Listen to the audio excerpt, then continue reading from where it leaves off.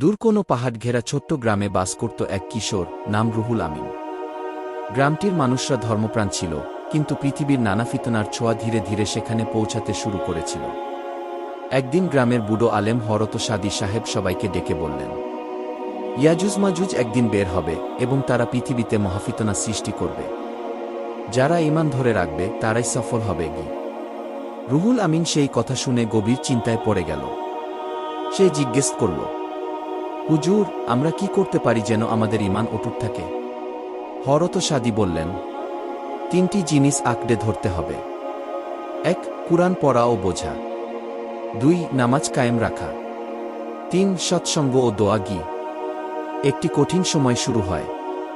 বছর কয়েক পরে বিশ্বে এক বিশাল বিপর্যয় শুরু হল। সংবাদে বলা হচ্ছে অজানা এক জাতি পাহাড় ভেদ করে বেরিয়ে এসেছে। তারা শহর ধ্বংস করছে, মানুষ আতঙ্কে আছে। রুহুল আমিন বুঝে গেল এটা ইয়াজুজ মাজুজের ফিতনার সময়। তার আশেপাশের অনেক মানুষ ঈমান হারিয়ে ফেলল।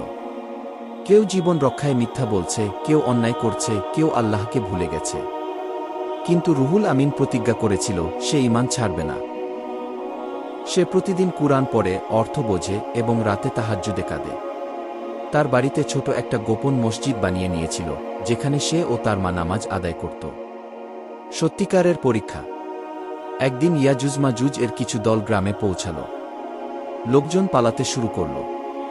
রুহুল আমিন ও তার মা ঘরে বসে দোয়া করল, হে আল্লাহ, আমাদের ঈমান হেফাজত করো, চাই জীবনের বিনিময়ই হোক কি।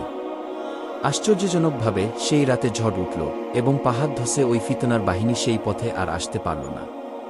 পরদিন সকাল গ্রামের মানুষ রুহুল আমিন এর দিকে তাকিয়ে বলল, তোমার দোয়ার বরকতেই আমরা বেঁচে গেছি কি। রুহুল আমিন মাথা নিচু করে বলল, আমার কিছু না, সবই আল্লাহর কুদরত। আমরা শুধু চেষ্টা করেছি ঈমান ধরে রাখার। গল্পের শিক্ষা। ইয়াজুজ মাজুজের ফিতনা কিংবা অন্য যে কোনো ফিতনা থেকে ঈমান রক্ষা করতে চাইলে আমাদের করতে হবে কুরআনের সঙ্গে সম্পর্ক গড়ে তোলা, নামাজে অটল থাকা, আল্লাহর ওপর পূর্ণ ভরসা রাখা, সৎ ও দিনদার মানুষের সঙ্গে থাকা, নিয়মিত দোয়া করা। নিয়মিত আমাদের নতুন নতুন ভিডিও সবার আগে পেতে চাইলে আমাদের চ্যানেলটি সাবস্ক্রাইব করে পাশে থাকুন। ধন্যবাদ।